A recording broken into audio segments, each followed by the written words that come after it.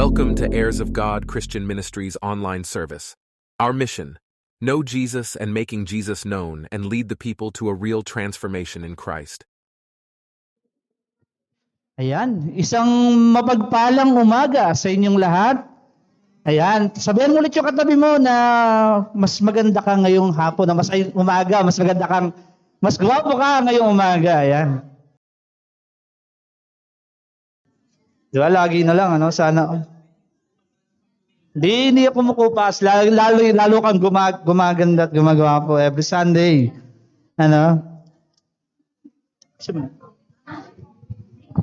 Okay, so continue po tayo By the way, meron po pala tayo, welcome po pala sa staff ng The Way. Salamat po sa pagbisita. Ayan, ayun mga kapatid, tayo po ay magpapatuloy sa ating series sa Genesis, Book of Genesis. Marami na tayo napagdaanan. Mga ilang pang 34 Sunday na ngayon na ating pag-aaral sa Book of Genesis. And then, ayun, nakita ko nga, sabi ko, naalala ko po, sabi ni Brother Juni, si Brother Juni, every time na magpipreach, bago siya ma-preach, bago niya i-preach, or after niya ma-preach, sa kanya nararanasan yung kanyang pinipreach, Tapos nung Sunday, sabi ko, pagbasa ko, kasama ko si Sheila, sabi ko, Sheila, ang topic ko, ginahasa si Dina. Sabi ko, baka mamaya, bantayan naman ko baka may manggahasa sa akin dyan, ha? Pero hindi naman. Pero alam niyo po ba, 1 week ko itong pinag-aralan, sabi ko, Lord, nito? Parang hanapin ng main idea. Sabi ko, bala ka na, Lord, magtulong sa akin. Yan, pinapollow up na ako ni Ron kung ano yung mga points and yung topic ko nga. Kaso, yun nga, sabi ko, antayin mo na lang. Kasi hanggang sa na-send ko kanina lang ng madaling araw. Kasi halos pabago-bago talaga yung So, anyway, salamat sa wisdom ng ating Panginoon dahil naayos naman ang ating pag-aaralan ngayon. So, bago tayo magsimula, tayo po muna yung manalangin. Panginoon Diyos ng dakila, alam namin na Ikaw ay soberanong Diyos at alam namin, Lord God, na Ikaw ang patuloy na nagpapala po sa amin. Hayaan mo, Panginoon, na ang puso ng bawat isa ay maging bukas at maging matabang puso nang sa gayon ang iyong salita na mapapakinggan namin ngayon ay tumimo sa amin at ito po ay magugat at ito po ay bumunga at makita sa aming pang-araw-araw na pamumuhay.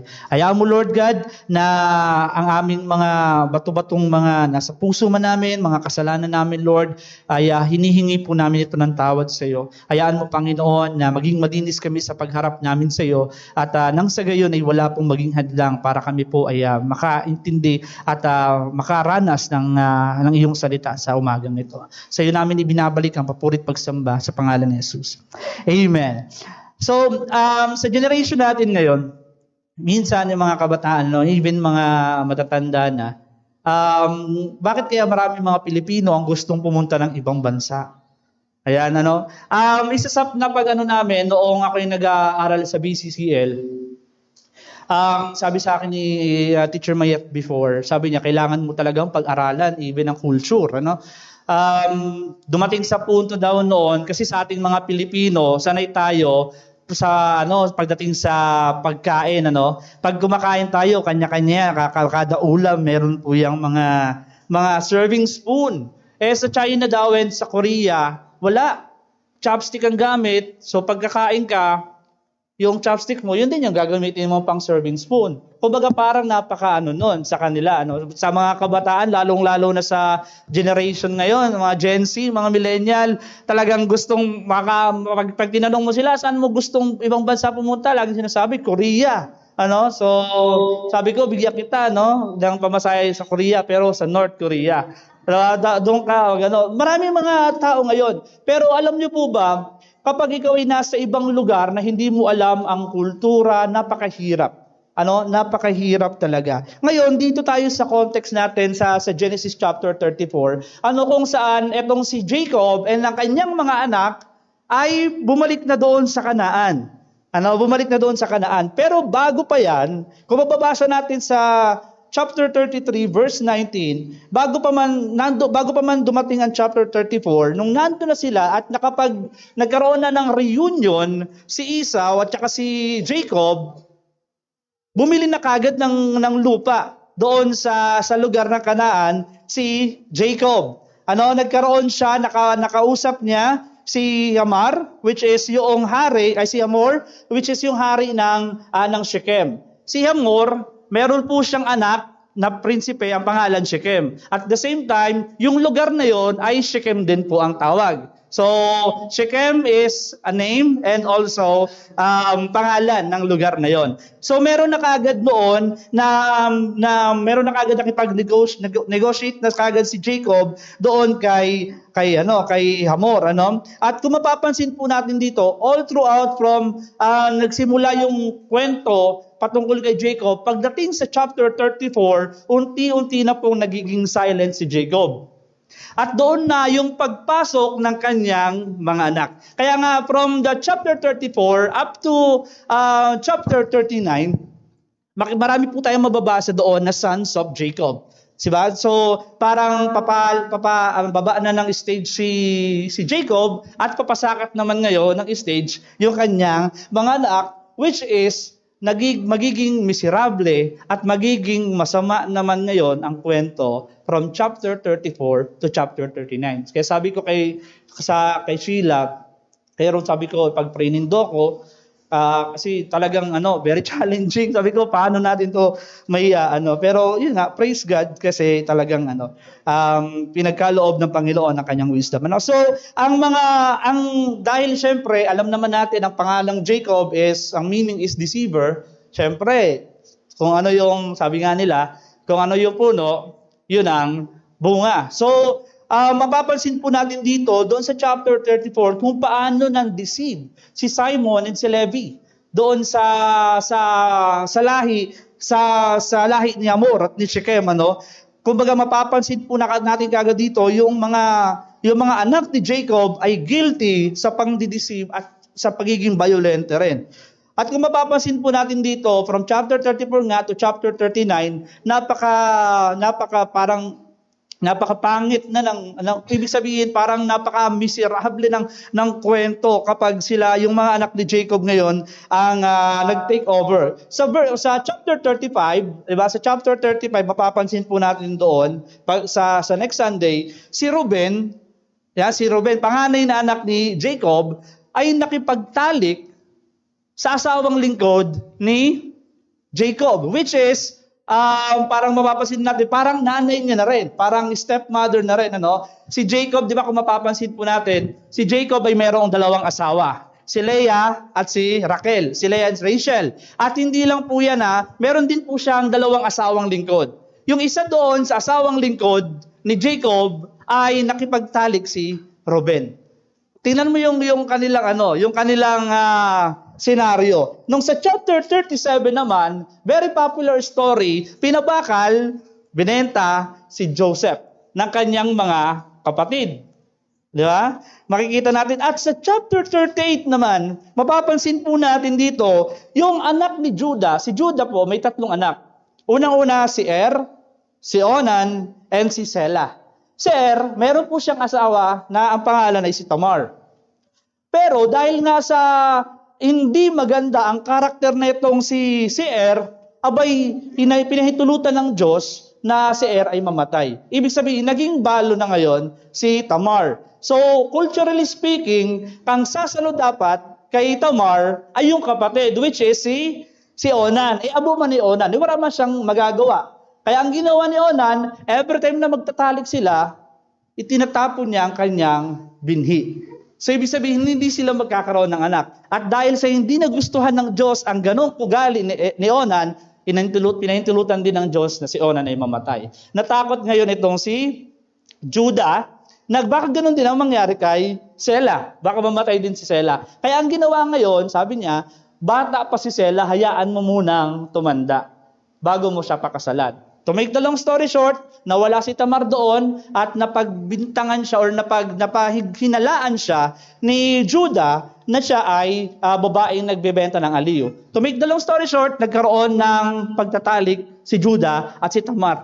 Si Judah ay biyanan ni Tamar. Tama? Nakikits ninyo? Ganun po ka-wicked. Ibig sabihin, ganun po kasama yung kwento. Noong dumating at nung nag-take over ngayon, yung mga anak ni Jacob, naging ang pangit na naging kasi nung mga nakaraan na napag-usapan natin, puro blessing. Makikita po natin doon nung si Jacob ay nandoon sa lugar ni Laban, puro blessing talaga, Puro blessing ang inano niya.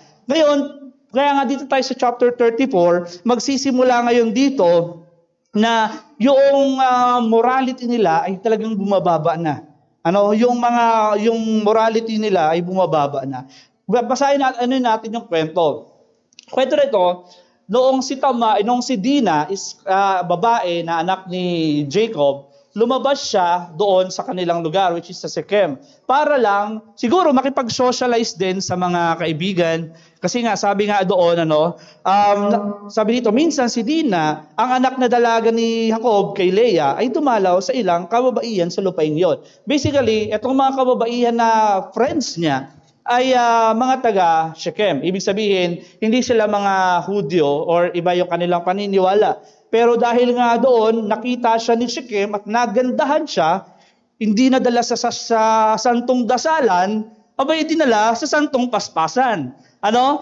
Kung mapapansin mamaya, papaliwanag ko po sa inyo mamaya yan, Di ba sabi dito, nakita siya ni Shechem, anak na binata ni Hamor, na isang hibita at pinuno sa lupaing iyon, sa pilitan siyang isinama nito at ginahasa. So ginahasa siya. Ngayon, nung nalaman nyo ni Jacob, walang kibo si Jacob. Silent po talaga si Jacob. Isipin mo kung ikaw magulang ka, tapos ginahasa yung anak mo, tapos wala ka lang pakialam. Ang nagkaroon ng paki ngayon, yung kanyang mga kapatid. At dahil sa sobrang galit ng kanyang mga kapatid, kunwari sila ay agree doon sa agreement ni Jacob at ni Hamor na mag-asawahan yung kanilang bot na lahi. Yung kanilang lahi ng Israel at lahi ng ni Hamor. Talagang gusto nila yung gano'n. Pero ayaw ni Ruben at ni Simon. Ayaw ng mga kapatid niya. Kaya ang ginawa, kunwari gusto. Binigyan ngayon ng tawag dito ng kondisyon. Papayag kami, pero dapat magpatuloy muna ang lahat ng mga lalaki sa inyong mga lugar kasi kabilang yon sa covenant ng Panginoon, covenant ng Israel sa ating Diyos. Dahil sabi dito sa Biblia, dahil sa laki ng pag-ibig ni Shechem, which is, hindi mo naman talaga siya lang matatawag na pag-ibig, mamaya papaliwanag ko sa inyo, kasi dahil sa laki ng pag-ibig, kinausap niya ngayon ang mga kababayan at sila'y nagpatuloy. Sabi doon, after 3 days, na sobrang kirot daw talaga ng kanilang naranasan, kumuha ng tabak yung dalawa, si Simon at si Levi, at pinagtatataga ang lahat ng mga lalaki. Ginawang alipin ang mga kababaihan at yung mga hayop ay kanilang idinala. So ibig sabihin, isang kaharian, yun na kanilang pinatay sa pamamagitan lang ng dalawang lalaki, si Simon at si Levi. Sabi ko, yan yung nakita natin, yan ang makikita natin doon. Pero beyond that, magkaroon mo tayo ng konting backward tayo sa istorya, Kung makikita natin dito, bago sila nakapunta doon sa Kanaan, si Jacob ay nandoon muna kay Laban. Alam niyo po ba, preparation pala yun ng Panginoon sa kanya? Kung mapapansin natin, puro blessing ang ating mga napag-topic natin, nung pinipreach nila ni Pastor Ronnie at ni Bro Juni, puro about sa blessing. Isipin na lang ninyo kung ilang grupo ng mga hayop ang ipinadala ni Jacob kay Esau. Tama? Para lang magkaroon sila ng reconciliation. Pero pagdating pa doon, talagang sobrang dami ng kanyang pinagpala. Sabi nga ni Bro Ronald, igwa pa siyang Gcash, igwa pa siyang Paymaya. Tama? Talagang sobrang pinagpala. Si Jacob nung panahon na yon. Talagang preparation pala yon. Kasi bakit? Kasi ang number 1 na purpose kung bakit pinili ng Diyos ang Israel, dahil para makita ng karatig na nasyon na sila ay pinagpapala ng Diyos, para makita ng mga karatig na nasyon na ang Diyos ng Israel ay totoong Diyos. At ang purpose noon kung bakit siya pinagpapala ay para maging pagpapala rin sa iba. Sa Genesis chapter 12, I think, if I'm not mistaken, Genesis chapter 12 verse 2, pinagpapala ng Diyos si Abraham para maging pagpapala rin sa ibang mga tao. Yan po ang purpose niya na ay ng Diyos kung bakit pinagpala itong si Israel, si Jacob, pagpunta doon para magbigay ng blessing. Pero, para po din silang mga tupa, sabi nga ni Jesus, para po din silang mga tupa na isinugo sa gitna ng asong gubat. Kasi po talagang iba po ang karakter ng iba't ibang mga nation. Iba po talaga ang karakter ng iba't ibang mga nation. Pero po ang challenge doon ay namumuhay sila sa masamang mundo, which is the evil world. Even unto us, even po sa atin ngayon, para po, kaya nga sabi ko, mas maganda na mai-relate po natin ito sa ating sarili. Mai-relate po natin ito sa sarili. Kung makikita po natin dito ang kwento, both side po mali. Wala pong kahit even si Yahweh hindi po nabanggit sa chapter 34. Even ang Diyos hindi po nabanggit sa chapter 34. Lahat po, maging sa side ni Jacob, maging sa side ni Hamor, lahat po mali. Kaya sabi nga ni Ron, ang kaya yan, sexual immorality. Sabi ko, not only sexual immorality. Kumbaga makikita mo dito kung gaano kasama ang mundo. Nung nasanay si Jacob na marangya ang buhay, umalis na po ngayon sila sa comfort zone nila para maging pagpapala sa ibang tao. Kaya nga marami po silang pagpapala. So ngayon, ang challenge nga lang ay namumuhay sila sa masamang mundo. Even sa atin po ngayon. Tayo ay pinagpala ng Diyos, tayo ay nakakilala sa Diyos, kaya ang tugon sa atin, ang utos sa atin ng Diyos ay maging pagpapalan sa iba. Ang tugon sa atin, ang utos sa atin ng Diyos ay ibahagi ang kaligtasan sa ibang tao. Pero ang challenge po sa atin ay tayo ngayon ay namumuhay sa masamang mundo. We are living in the evil world. Tayo ngayon ay namumuhay sa masamang mundong ito. Yan po ang challenge po sa atin. Pero alam niyo po ba sa John chapter 17, verse 10, I think. Basahin po natin ang Biblia natin. So, ayan. Yung prayer ni Jesus Christ, actually may prayer po si Jesus Christ para sa atin. Sabi dito sa verse 10, siguro dito sa verse 13. Sabi dito, "But now I am coming to you, and these things I speak in the world, that they may have my fulfilled joy in themselves. I have given them your word, and the world has hated them." Di ba? Kinapamuhian tayo ng mundo because they are not of the world, just as I am not of the world. So ibig sabihin, tayo ay parang mga maamong tupa na isinabak sa maraming mga asong gubat, pero hindi po tayo kabilang sa mundong ito. Tandaan po natin mga kapatid, tandaan po natin mga kapatid, ang purpose natin dito ay maging pagpapala tayo at ipakilala si Kristo sa gitna ng napakasamang mundong ito. Pero hindi po tayo part ng mundong ito. Hindi tayo makasanlibutan, tayo ay tagalangit na. So yan po ang ating pag-uuralan ngayon. Base doon sa context ng Genesis chapter 34, living in this evil world. Now the question is, syempre, how to live in this evil world? Una, maging maingat, be careful. Mga kapatid, sa verse 1 to 4 ng Genesis chapter 34, verses 1 to 4, kung mababasa po natin doon, noong si Dina ay lumabas. Marami po, kapag nagbabasa po tayo ng narrative sa Bible, mas bigyan po natin ng pansin yung character, yung place, and also yung repetitive word. Ang repetitive word dyan na makapapansin natin, yung word na went out. Si Dina, abang siya ay nandoon, marahil siguro ay may mga friends na siya. Sabi dito, Dina went out para makipag-fellowship, I think, sa kanyang mga barkadang mga hindi naman talaga mga Israelita. Siya ay umalis. Pero ang problema dito, hinayaan siya na solo lang siya umalis. Kasi hindi po siya marirape kung marami may kasama siya. He went out. And sabi dito sa verse 2, nakita siya ni Shechem, anak na binata ni Hamor, na isang hibita at pinuno ng lupain iyon, sapilitin siyang isinama nito at ginahasa. Sa English, he saw and he seized. So ibig sabihin ng word seized, it took. Kumbaga para makita natin, nakita at ikinuha, isinapilitang kinuha.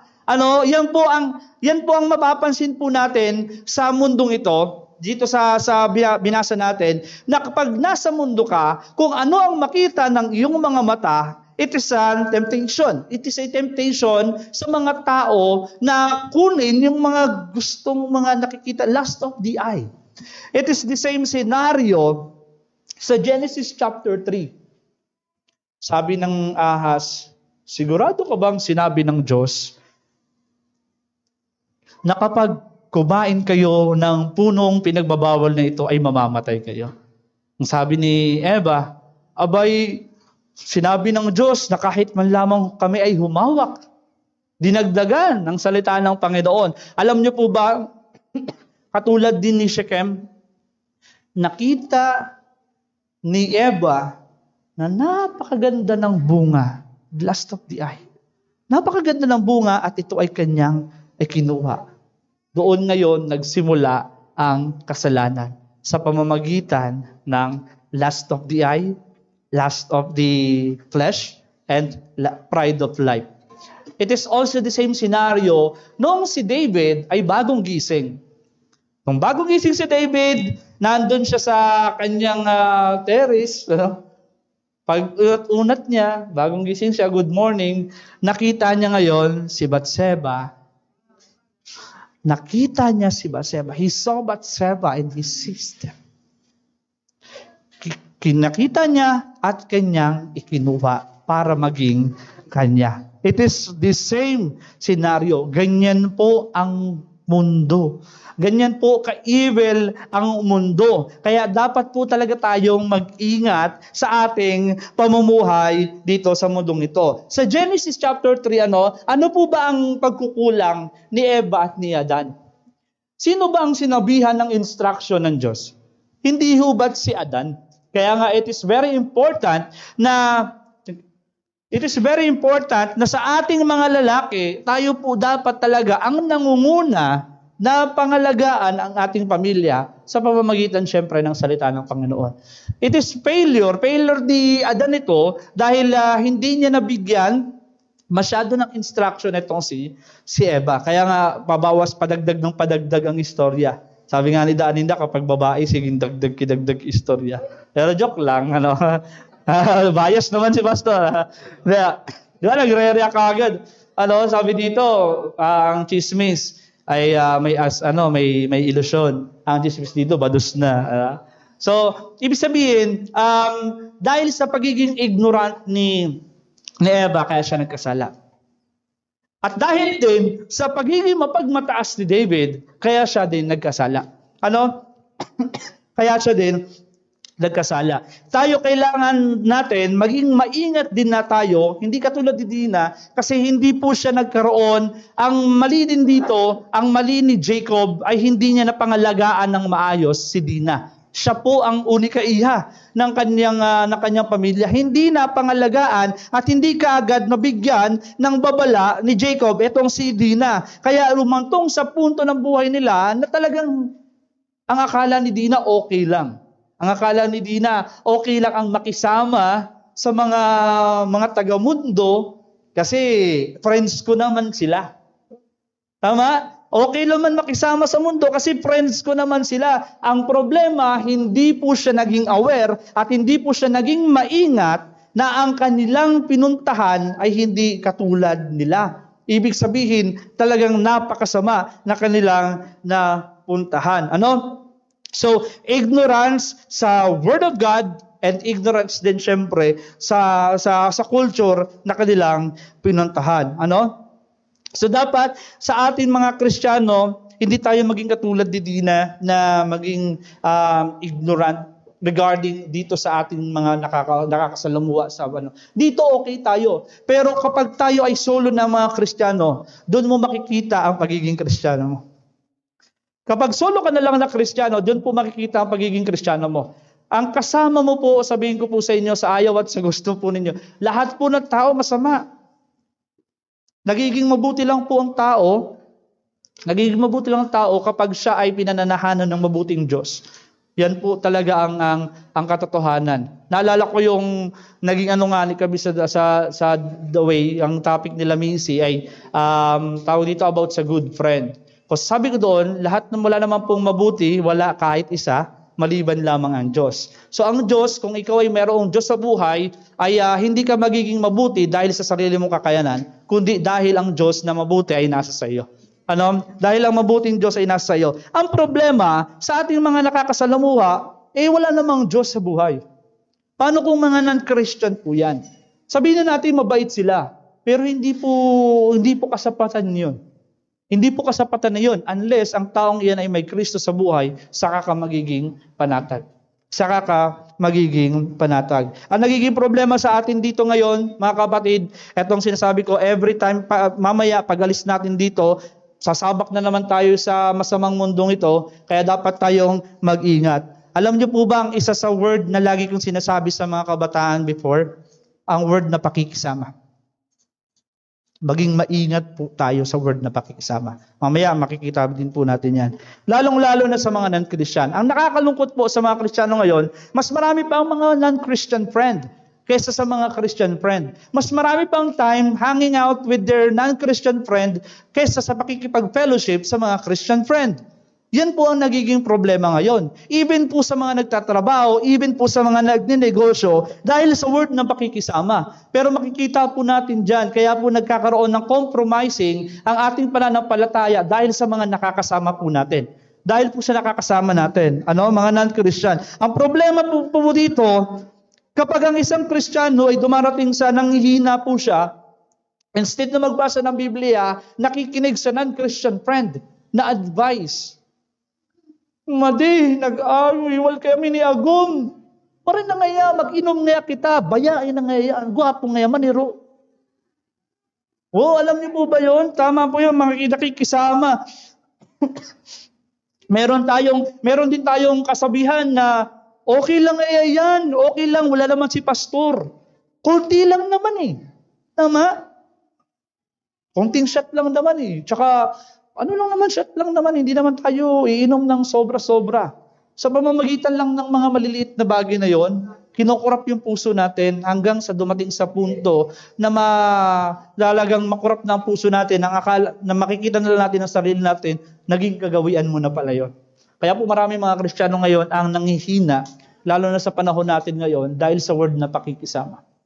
Dahil sa word na pakikisama, hindi nagiging maingat sa pakikipagsama o sa pamumuhay dito sa lugar na yun, sa natin ngayon. At isa pa, marami din ang nag-i-skip ng pagbabasa ng salita ng Panginoon. Hindi nagiging maingat sa pamumuhay, nag-i-skip na, okay lang yan, hindi na muna ako magbabasa ngayon ng Word of God. Hindi muna ako magde-devotion ngayong araw na ito, ngayong araw lang, Lord. Ay mamayang hapon na lang akong bababasa hanggang sa makatulog na. At hanggang sa nakalawang araw na, hanggang sa isang linggo, 2 beses na lang nagbabasa ng Bible, hanggang sa 3 weeks na, once a week na lang nagbabasa ng Bible, hanggang sa every Sunday na lang nagbabasa ng Bible. Kung minsan hindi na po nagbabasa ng Bible, even Sunday, nakikinig na lang. Nagsisimula po yan sa maliit. Nagsisimula po yan sa pakunti-kunti. Alisin po natin ang mga ganong kasabihan, mga ganon. Mga ganong kaisipan na okay lang ngayon muna. Huwag na muna tayong magbasa ng Bible. Si Dina po, hindi po siya naging maingat. Ang akala niya okay lang makipagbarkada. Hindi pa po dito sinasabi si Dina is around 15 years old that time. Pero nakaranas po siya ng rape. Yung 15 years old, hinayaan ni Jacob. Napaka-ignorant pa niya, napaka tawag dito, wala pa siyang kaalaman. Wala pa siyang kaalaman, napaka-inosente niya pa sa mga bagay na ito. Ganon din po sa atin mga Kristiyano, ito yung lagi kong sinasabi, huwag tayong maging inosente sa mga nakakasama natin. Maging maingat tayo sa pakikisama natin sa mundong ito kasi malay mo, hindi natin alam kung ano yung pwedeng mangyari sa atin. Para kang darating sa punto ng buhay mo na makikita mo sa sarili mo na nulugbok ka na pala sa mundong ito. Kaya dapat maging maingat tayo. Maging sa maliit man yan, dapat maging knowledgeable tayo sa lahat ng bagay. Dapat maging knowledgeable tayo sa lahat ng bagay. Most especially sa salita ng Panginoon. Huwag tayo makikisama sa mga non-Christian friend. Well, Pastor, paano po natin sila masasyaran? Yes, pwede ka pong makipag-friend sa mga non-Christian. Pero with a distance. With a distance. Hindi mo pwedeng i-compromise ang iyong pananampalataya para lamang siya mawin. Jojowain ko to para mawin ko to. Shot ka, pre. O sige shot ako Sa Sunday, punta ka church. Diba? So, hindi po gano'n, Di ba? Mag-ingat po tayo. Kaya nga sabi ng Biblia, di ba, bad company corrupts good character. Ang hindi niya naman sinabi doon na huwag kayong makisalamuha. Sabi doon sa Tagalog, ingat kayo. Ingat kayo sapagkat ang masasamang kasama ay nakasira ng mabuting pag-uugali. Para hindi tayo maging katulad ni Dina, na makikita mo ang sarili mo, nalugmo ka na sa mundong ito. Huwag mong hahayaan, kapatid, na ang iyong pagiging Kristiyano ay magsimula sa maliit. Kaya po, sabihin ko sa inyo sa mga maliit na kasalanan, sabihin ko po sa inyo, may mga Kristiyanong sobrang init ng pananampalataya noon. Dahil lang sa hinayaan nila ang maliit na pagkakasala, hanggang ngayon hindi nakakabalik sa ministry. Hanggang ngayon, hindi nakakabalik ang momentum niya, ang relationship niya, ang init niya sa Panginoon. Kaya marami po ngayon mga Kristiyano ang nanghihina. Not only in this church, but also sa iba mang mga churches. Dahil hinayaan ang mga maliliit na kasalanan ay patuloy na alagaan. Kaya maging maingat po tayo mga kapatid. Dahil tayo ay nasa mundong ito na punong-puno ng kasamaan. Now, pangalawa, paano tayo mamumuhay? Do not negotiate with them. Do not negotiate with them. Basahin po natin sa verse 8. Verse 8 to 12.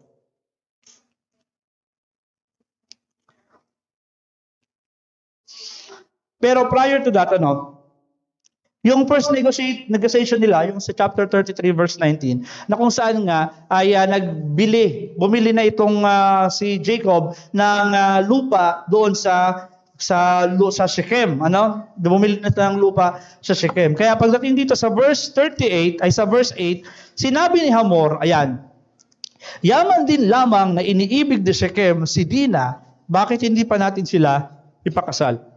Now, totoo po ba talaga na iniibig talaga ni Shechem itong si Dina? Then kung bakit niya iniibig talaga ni si Shechem, bakit hindi niya pinurso na katulad ni Jacob ay nag-antay si Jacob ng 14 years? Bakit hindi niya pinurso na pwedeng kahit sabihin na nga natin ipurso, hindi naman pwede kasi iba po talaga ang lahi nila. But ang ibig ko sabihin dito, hindi po totoo na mahal ni Shechem si Dina. Kasi po sinapilitan niya po ito. Nirape niya po ito. Wala, mga kapatid, mga kabataan, hindi po basihan ang pagiging clingy. Kung love mo nga ako, bakit hindi mo ko nilalambing?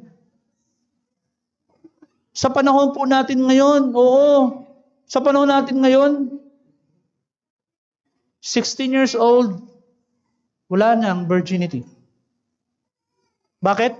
Una-una hindi naging maingat at talagang nakikisama, nakikicompromise na kanilang pananampalataya. Ngayon sabi dito, yaman din lamang na iniibig ni Shechem si Dina, bakit hindi pa natin sila pakasal? Magkaisa na tayo, sabi niya doon. The main reason kung bakit galit na galit si Ruben at si Simon, kasi hindi lang po talaga si Dina ang nadungisan, kundi ang buong Israel. Hindi po lamang, ang si Dina ay isang sa nagre-represent ng Israel. Hindi lamang po si Dina, kundi buong Israel. Kaya galit po ni Simon at ni Levi. Sabi dito sa verse 9, sabi ni Hamor, magkaisa na tayo, hayaan nating mapangasawa ng aming mga binata ang inyong mga dalaga at ng aming mga dalaga ang inyong mga binata. So ibig sabihin, para maging maayos na, hindi lang pala si Dina at si Shechem ang magiging mag-asawa, kundi pati ang lahi ni Hamor at ang lahi ng Israel. Yung mga binata, yung mga sila Ruben, yung mga anak ni Jacob, ipapakasal din sa mga kababaihan ng mga taga Shechem. So ibig sabihin, hindi lang ito between Dina and Shechem, kundi both na lahi. Ano? Sa gayoy, maaari na kayong manatili dito sa aming lupain. Maaari kayong tumira kung saan ninyo gusto.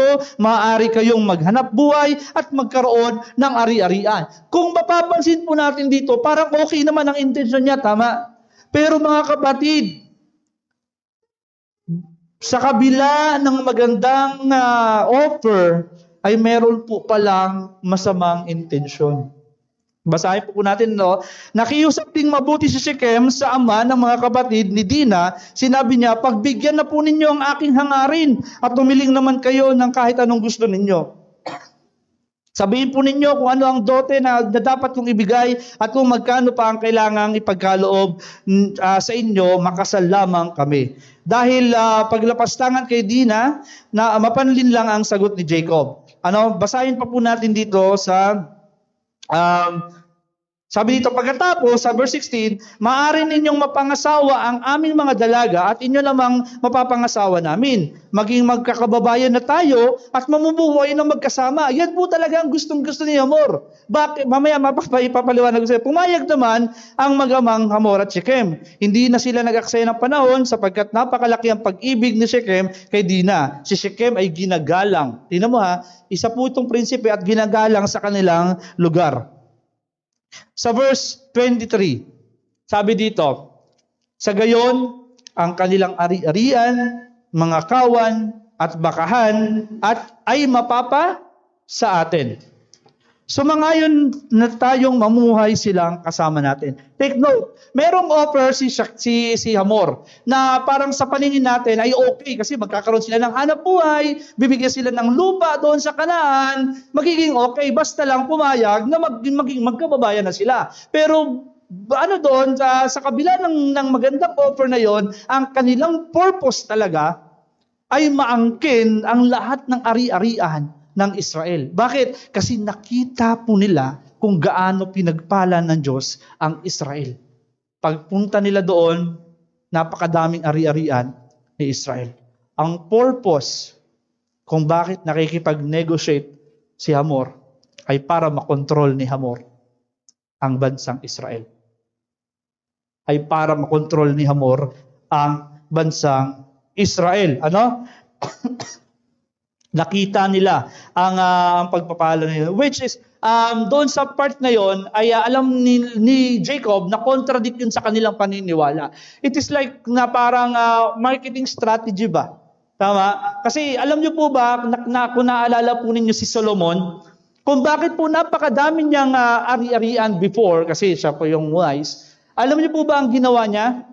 Inasawa niya lang din naman yung mga prinsesa ng mga kaharian para mapasaiyaman ang mga ari-arian doon. Kaya po yumaman si Solomon.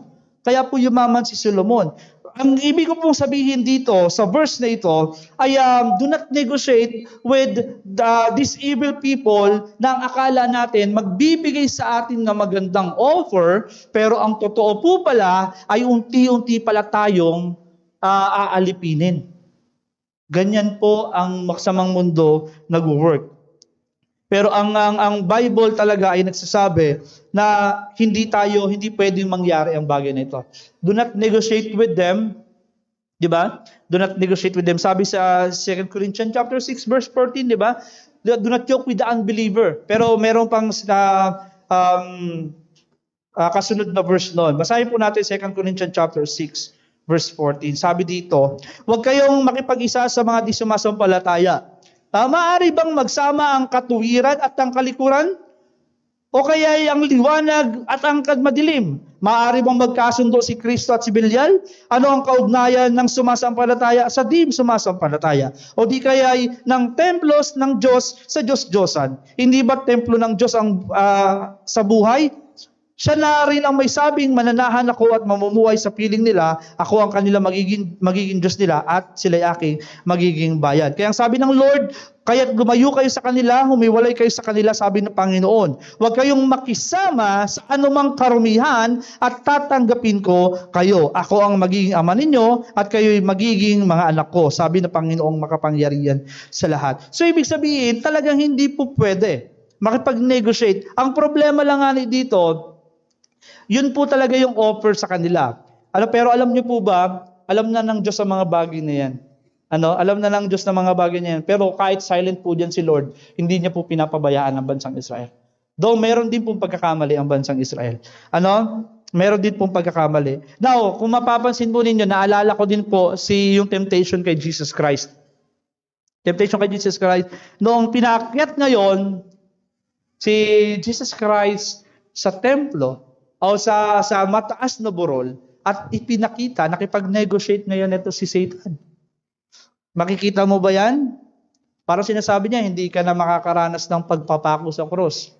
Ibibigay ko ang kaharian na yan. Tignan mo. At yung kunin. So, and took. Pero, luluhod ka sa akin at sasamba. Once na nakikipag-negotiate ang evil, ang masamang tao sa atin, hindi po ibig sabihin noon na binibigyan kanya ng okay na mga sinasabi nating blessing or mga possession dito sa mundong ito, pero po pain lang po pala 'yon. Kasi gusto pala tayong kontrolin ng kaaway. Once na nakipag-negotiate ka na doon sa mga ganong klase, inaalaw mo sa sarili mo na sila na ang mag-take over ng buhay mo. Inaalaw mo sa sarili mo na ikaw na mag-take over ng buhay mo. Para po itong so sinasabi nating utang na loob. So instead na makipag-negotiate ka, kasi temptation po ito sa mga Kristiyano Kaya po marami ang mga Kristiyano ngayon ang nawawala na rin sa church kasi mas binibigyang pahalaga ang mga yaman sa mundong ito. Ang mundo ay patuloy na nag-o-offer ng lahat ng mga bagay sa iyo para mawala ka lang sa simbahan. At to the point na hindi mo namamalayan, kinokontrol ka na pala ulit ng mundo. Kaya nawawala ka na sa church.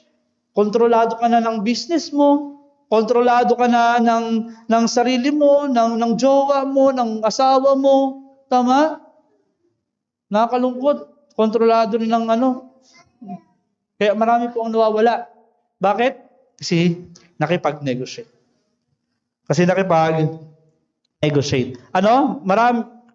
Mas marami pa minsan ang mga barkada natin, mga non-Christian. Sabi dito, ito rin po ang naging problema ng dahil nakikipag-negotiate.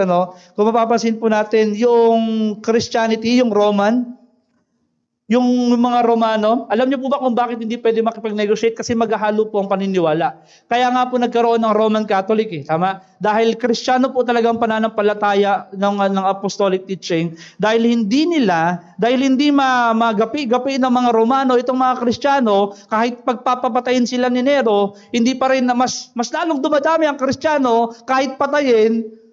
Kaya ang ginawa niya, nakipag-negotiate si Roman Empire Constantine. Tama, para maging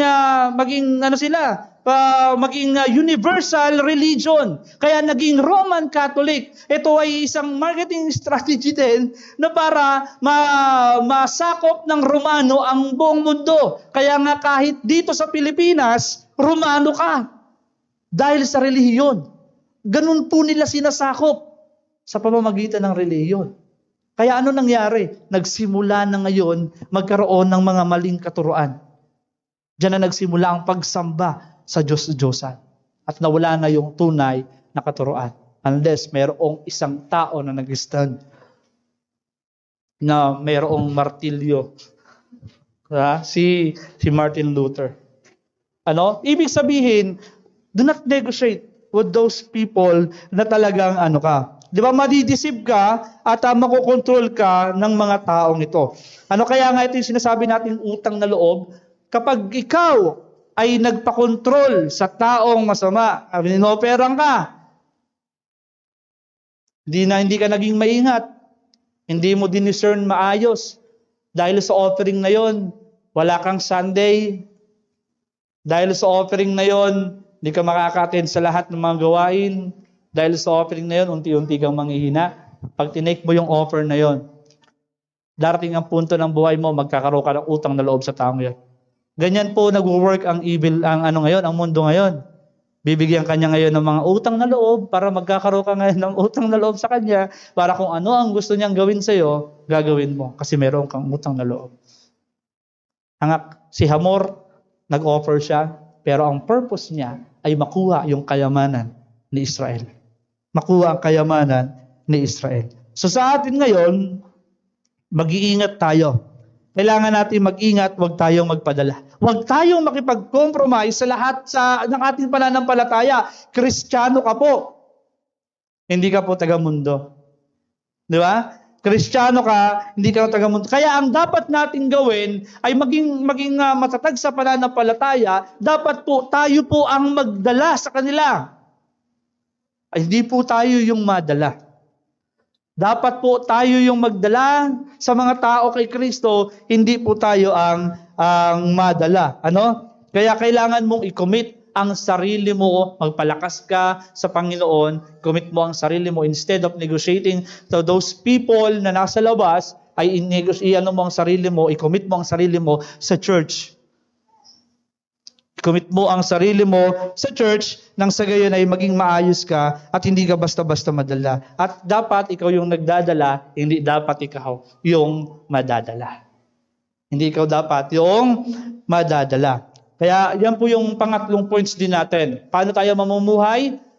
Sabi ko, napaka-negative kasi ng topic, pero sabi ko, hanapan natin na positive. Pangatlo, sabi natin, sige daw Ron, show them that you are different. Sabi ng golden rule, huwag mong gawin sa iba, tama ba? Ang ayaw nilang gawin nila sa iyo. Ayan, Tagalog na lang, mas maganda Ay, mas madali. Nabubulol ako Pero sabi ng Bible, gawin mo sa iba. Ang gusto nilang gawin nila sa iyo. It is positive. Buksan natin ang Biblia natin. Sa verse 13, beginning verse 13 ng Genesis chapter 34. Kaya pangatlong tayo. Sabi dito, verse 13, dahil sa paglapastangan kay Dina, mapanlin lang ang pagsagot ng mga lalaki ni Jacob na sa mag-amang Hamor at Shechem. Mapanlin lang. Deceiver kasi Talagang deceiver. Sabi dito, sinabi nila, malaking kahihiyan namin kung hindi tuloy ang mapapangasawa ng aming kapatid. Papayag lamang kami kung ikaw at ang lahat ng lalaking nasasakupan ninyo ay magpatuli. Maging part ng covenant. Ito din po ang problema kay Simeon at kay Levi. Sila po talaga ay nag-offer din, pero mali din po pala ang intensyon. Alam niyo po ba yung nagawa nun? Sa maiksing panahon, na-adopt kagad nila yung karakter. Parehas na ngayon sila, tama? It is para rin, di ba? Kung si Hamor nag-offer ng maganda, pero ang purpose niya ay para pagsakupin yung Israel, eto naman, nag-offer din ng maganda. Dapat papayag kami, pero dapat magpatuloy. Pero ang purpose pala noon, para sila ay hindi makalaban. Hindi makalaban sa dalawa. Kung di kayo sasangayon, isasama na namin si Dina at aalis na kami. Pumayag naman. Siyempre, ang mag-amang Hamor at Shechem, hindi na sila nag-aksaya ng panahon sapagkat napakalaki ng pag-ibig ni Shechem kay Dina, si Shechem ay ginagalang sa lahat. Diba? Sa may pintuan ng lungsod, tinipon ng mag-ama ang lahat ng lalaki sa Shechem. Eto na, tinipon na nila ang lahat ng lalaki. Sinabi nila, napakabuting makisama ng mga dayuang dumating dito sa atin. Wow, naniwala kagad si Shechem at si Hamor na maganda ang intensyon. Talagang napaka-deceiver. Napaka-deceiver din, Hindi ko sinasabi dito na nakawawa yung si Shechem, nakawawa din ang Israel, kundi parehas po silang may mali. Parehas po silang may mali. Dito na natin sila patirahin. Maluwag din lang naman ang ating lupain. Pakasalan natin ang kanilang mga dalaga at sila na may gayon din. Ngunit nangyari lamang ito kung ang ating mga kalalakihan ay papatuli na tulad nila.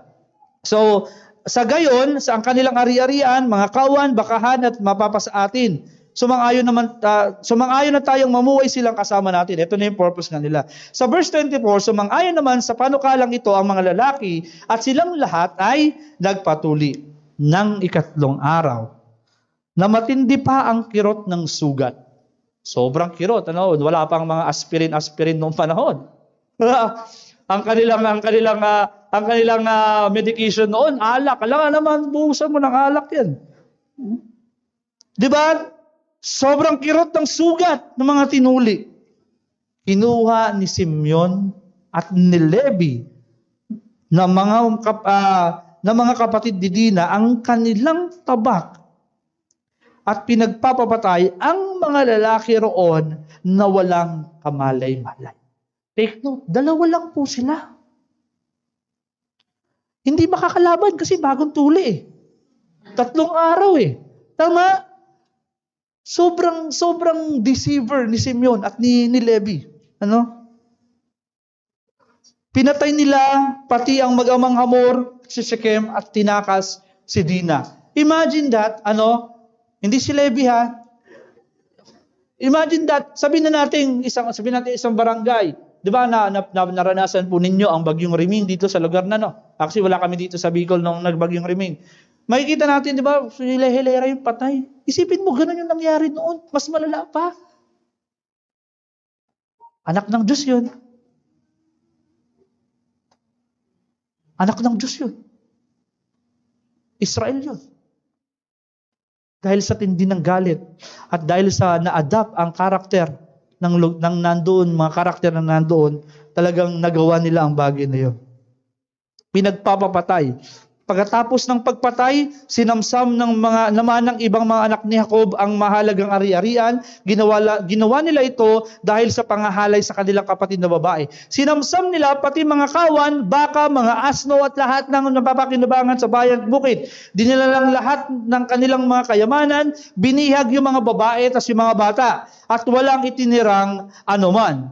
Sobrang kakasamaan. Hindi ko sinasabi na tama yung ginawa nila. Hindi sinasabi ng Bible na tama yung ginawa nila na pagtatanggol. It is also, hindi ito acceptable sa Panginoon. Isa rin po itong kasalanan. Kasi ang purpose nila, kung bakit sila nandoon, again, ay para maging pagpapala sa iba. Para maging pagpapala sa iba. Tandaan po natin mga kapatid sa ating buhay, ang labanan po natin dito ay hindi po pisikal. Ang labanan po natin is spiritual. Kung namumuhay ka man sa mundong ito, tapos kung ano-anong ginagawa sa iyo ng mga non-Christian, mo silang gagantihan. Tayo po ay tupa, maamong tupa na wala po tayong laban. Pero ang Diyos ang magtatanggol sa atin. Kaya nga naalala ko, sino yung nag-topic sa prayer meeting noon? Sabi ng Panginoon, maalin ng kaaway. Paano mo mamahalin ng kaaway? Kapag sinampal ka sa kaliwa, isampal mo ibigay mo yung kanan, Pag hindi pa na, i-offer mo din yung harapan mo, Yung mukha mo. Ibig sabihin, marami po mga Kristiyano ngayon, kahit Christian, matitempt ka na lumaban. Pero sabi, ang battle ay hindi po physical, ang battle po ay spiritual. Paano kung nandun ka sa sitwasyon na yon? Sa'yo nangyari yon. Sabihin natin, anak mo ni-rape. Alam niyo po ba, ito pinanood ko kanina, ni-recall ko kanina yung anak si Joy Mendez, anak ni Pastor Peter Tanchi. Alam niyo po ba, wala yung revenge sa kanila, yung ni-rape siya ng 7 lalaki at the age of 15. Tama ba? 15 years old. Ni-rape. Alam niyo po ba ang response ni Joy Mendez? Para ma-heal po siya, nagpatawad siya.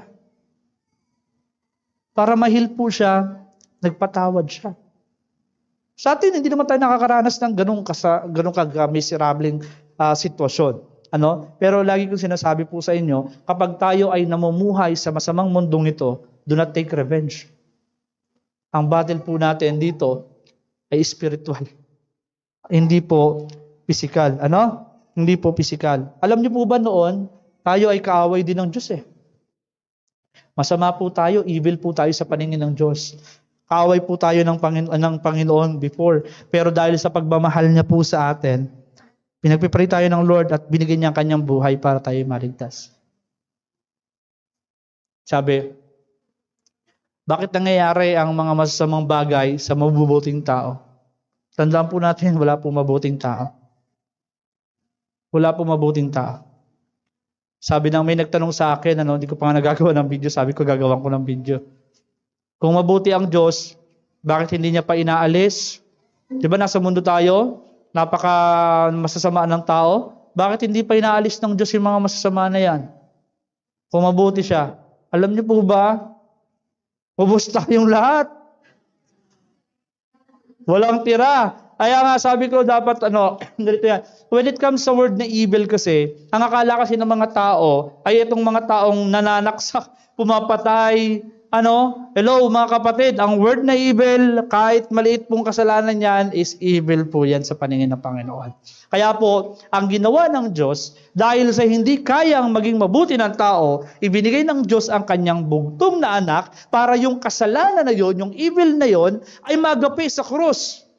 At hindi lang po yan, dahil ang kasalanan, ang kabayaran ng kasalanan ay kamatayan, namatay si Kristo para sa kasalanan, at siya ay nabuhay muli para gapiin yung kamatayan na yon.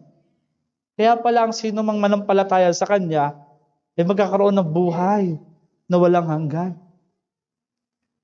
Kaya hindi po inaalis ng Diyos ang mga masasama kasi binibigyan po ng pagkakataon. At kaya inaalaw ng Diyos na mamuhay tayo sa mundong masamang ito kasi tayo po ang ginagamitin ng Diyos para yung mga taong masasama na yan na wala kay Kristo ay makakilala rin kay Kristo. Do your job, mga kapatid. Gawin natin ang ating role dito sa mundong ito. Minsan dumating sa punto ng mahihirapan tayo. Mahirap naman talaga magpatawad. Pag ikaw yung nasa sitwasyon, pero sa tulong ng Panginoon, makakaya mo yan. Nasasaktan tayo, totoo ang kasakitan. Dulot ng mga masasamang tao na yan. Pero sabihin ko po sa inyo, ang nais ng Diyos sa atin ay maging ilaw ng mundong ito. Ano pa po ang pagkakaiba ni Simon, ni Levi at ng Israel doon sa mga taga Shechem? Wala po silang pagkakaiba. Kasi ginawa din nila yung binabalak din nila. Parehas lang po sila ng karakter. Christian, we are called to be holy. We are set apart. Mga kapatid, tayo ay sinet apart na ng Panginoon sa mundong ito, pero hindi ibig sabihin na hindi ka na makikisama, hindi ka na mag-share ng gospel. Kailangan mo pa rin mag-share ng gospel. What I'm saying is, sinet apart ka ng Panginoon kasi kapag sinabi kasi natin holy, lagi natin sinasabi ito yung mga bagay na bawal yung ganito, bawal yung ganyan. Hindi. Pag sinabi natin holy, to set apart, para magkaroon ka ng good example, ipakita mo sa kanila na iba ang ginagawa mo kaysa sa ginagawa nila. Iba yung ginagawa natin sa ginagawa nila. And that is the thing or the reason or mga ganyan po yung dapat natin gawin para maipakita sa mga taong bulag ang liwanag natin. Which is sabi ng Bible sa Matthew 5:16, let your light shine before men that they may see your good deeds. Ibig sabihin, maipapakita sa kanila yung liwanag. Ang liwanag na yon ay good deeds. Ipapakita natin sa mga taong ito na kahit na tayo ay binibigyan tayo silang, pinagsasabihan tayo ng mga masasama, kahit na tayo ay pinipersecute, kailangan pa rin natin magpakita ng kabutihan sa kanila. Nang sa gayon, doon natin magagapi ang kasamaan ng mundong ito. Sabi, pag binato ka ng bato, batuin mo ng tinapay. Batuin mo sopas. Para matigas-tigas. Then, bigyan mo daw ng tinapay, palamanan mo, bigyan mo pa soft drinks, mga 1.5, para wag ka UTI. Pero hindi. Sabi ko, mahalin talaga, sabi doon, pag nagpapasa ng 1 kilometro, pasanin mo ng 2 kilometro. So, kaya, ganyan tayo pinili ng Panginoon. Ganyan tayo dapat mamuhay sa mundong ito. Kailangan, para magapi natin ang mundong ito, kailangan ipakita natin sa kanila na tayo ay kakaiba sa kanila. Kahit na tayo ay pinapersecute, na kahit na tayo ay pinagsasamantalahan or ginagawa ng mga masasamang bagay. Sa ating pangwawakas, sa conclusion, paano tayo mamumuhay sa mundong ito, sa mga masasamang mundong ito? Una, syempre, kailangan maging maingat.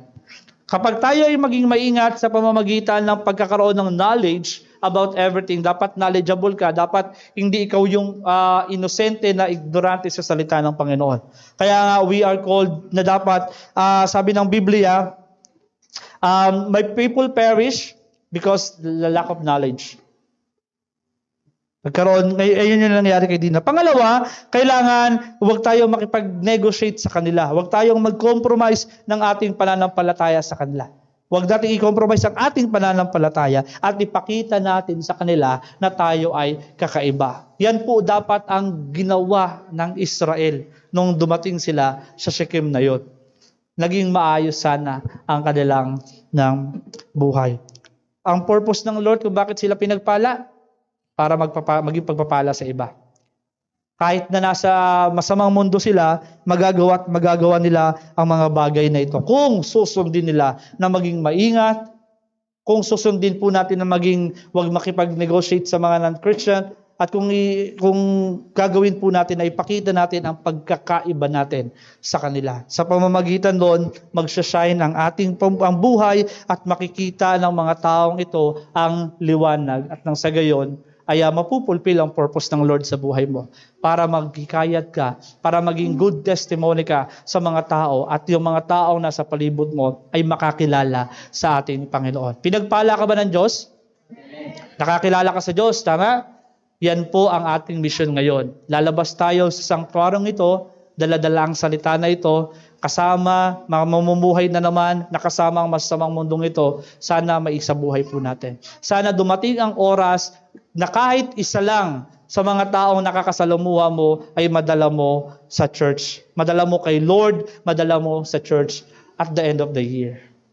Kahit isa lang. Huwag tayong mawawala kay Lord. Mga kapatid, kung nanghina ka before dahil hindi ka naging maingat, pagkakataon na po ito para bumalik ka sa Panginoon.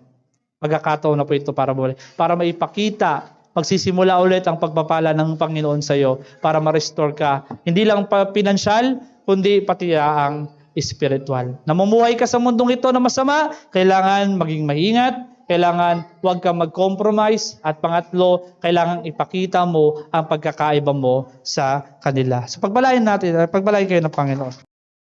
Thank you for attending our online service. If you need counseling or have questions, contact us at our contact number 093013096768 or at our Facebook page Heirs of God, or visit us on site here at Purok Tres, Barangay 49, Biga, Legazpi City. Until next week here at HGCM Online Service, please like, share, and follow for updates.